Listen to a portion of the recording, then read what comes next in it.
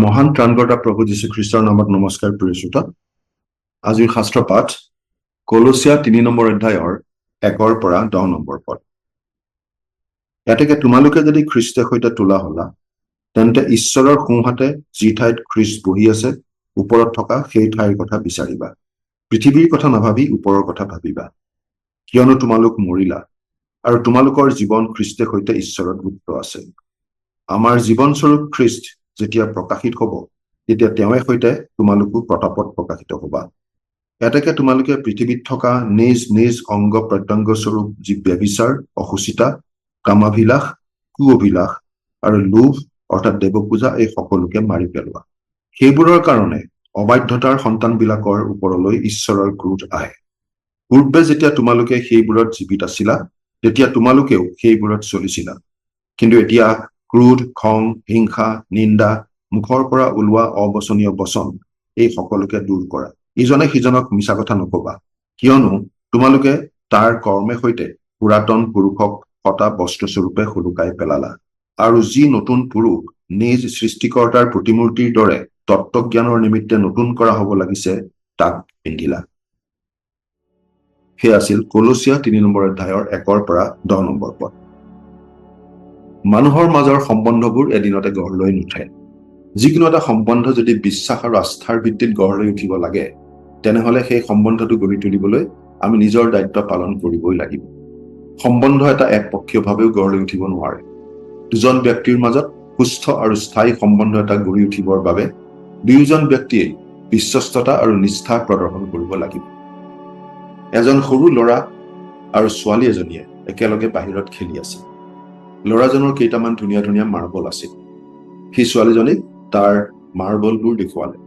ছোৱালীজনীয়ে তাই জন্মদিনত উপহাৰ পোৱা চকলেটৰ টোপোলাটো দেখুৱালে। ল'ৰাজনে ক'লে, ছোৱালীজনীয়ে তাক যদি চকলেটৰ টোপোলাটো দি দিয়ে, তেনেহলে সি তাইক তাৰ ধুনীয়া ধুনীয়া মাৰ্বলবোৰ দি দিব। প্ৰস্তাৱটোত ছোৱালীজনী মান্তি হ'ল, কাৰণ তাই ইতিমধ্যে চকলেট খাই খাই আমনি লাগি গৈছিল। কিন্তু ল'ৰাটোৰ হাতত থকা ধুনীয়া মাৰ্বলবোৰলৈ তাইৰ লোভ লাগিছিল। ল'ৰাজনে নিজৰ মাৰ্বলবোৰ ছোৱালীজনীৰ হাতত গতাই দিলে, কিন্তু সেইবোৰৰ ভিতৰৰ আটাইতকৈ সুন্দৰ মাৰ্বলটো মনে মনে নিজৰ পকেটত ভৰাই ৰাখিল। ছোৱালীজনীয়ে নিজৰ প্ৰতিশ্ৰুতি পালন কৰি ল'ৰাটোক তাইৰ সকলোখিনি চকলেট দি দিলে। তাৰ পাছত দুয়ো ঘৰা-ঘৰি গ'ল। সেই নিশা ছোৱালীজনীয়ে সেই বিনিময় কাৰ্যটোত সুখী হৈ মাৰ্বল কেইটা গাৰুৰ তলত থৈ শান্তিৰে টোপনি গ'ল। আনহাতে ল'ৰাটোৰ কিন্তু টোপনি নাহিল, কাৰণ তাৰ মনত বাৰে বাৰে এটা প্ৰশ্ন উঠিছিল যে সি ছোৱালীজনীৰ পৰা আটাইতকৈ ভাল মাৰ্বলটো লুকুৱাই ৰাখি থোৱাৰ নিচিনাকৈ তাইও তাইৰ চকলেটবোৰৰ মাজৰ পৰা খুব ভাল কিবা এটা নিজলৈ ৰাখি থলে নেকি। যদি আমি আমাৰ সম্পৰ্কবোৰৰ ক্ষেত্ৰত শতকৰা 100% নিদিওঁ, যদি আমি সৎ নহওঁ, তেন্তে আমাৰ মনত সদায় এটা সন্দেহ থাকিব যে আনগৰাকী ব্যক্তিয়েও 100% দিয়া নাই। এনে ক্ষেত্ৰত সম্বন্ধটো কেতিয়াও সুস্থ হ'ব নোৱাৰে। বাইবেলে আমাক অতি স্পষ্টভাৱে কৈছে, সকলো মিছাৰ পৰা আঁতৰি থাকি সকলো ক্ষেত্ৰত সৎ হ'বলৈ। সততাই আমাৰ চৰিত্ৰ বৃদ্ধি কৰে। প্ৰভু যীশুৱে আনকি আমাক একো শপত খাব নালাগে বুলিও শিকাইছিল, আৰু আমাৰ হয় মানে হয় আৰু নহয় মানে নহয় হ'ব লাগে বুলি কৈছিল। অৰ্থাৎ আমি ইমান বিশ্বাসযোগ্য হ'ব লাগিব যে আমাৰ কথা মানুহে সদায় সঁচা বুলি গ্ৰহণ কৰি ল'ব পৰা হ'ব লাগিব। আমি যেতিয়া সম্পৰ্কত সৎ হওঁ, তেতিয়া আনকো আমাৰ প্ৰতি একেদৰে সৎ হ'বলৈ আমি অনুপ্ৰাণিত কৰোঁ। আনহাতে আমাক যদি সততা নাথাকে, আনৰ পৰাও আমি সততা আশা নকৰা হওঁ।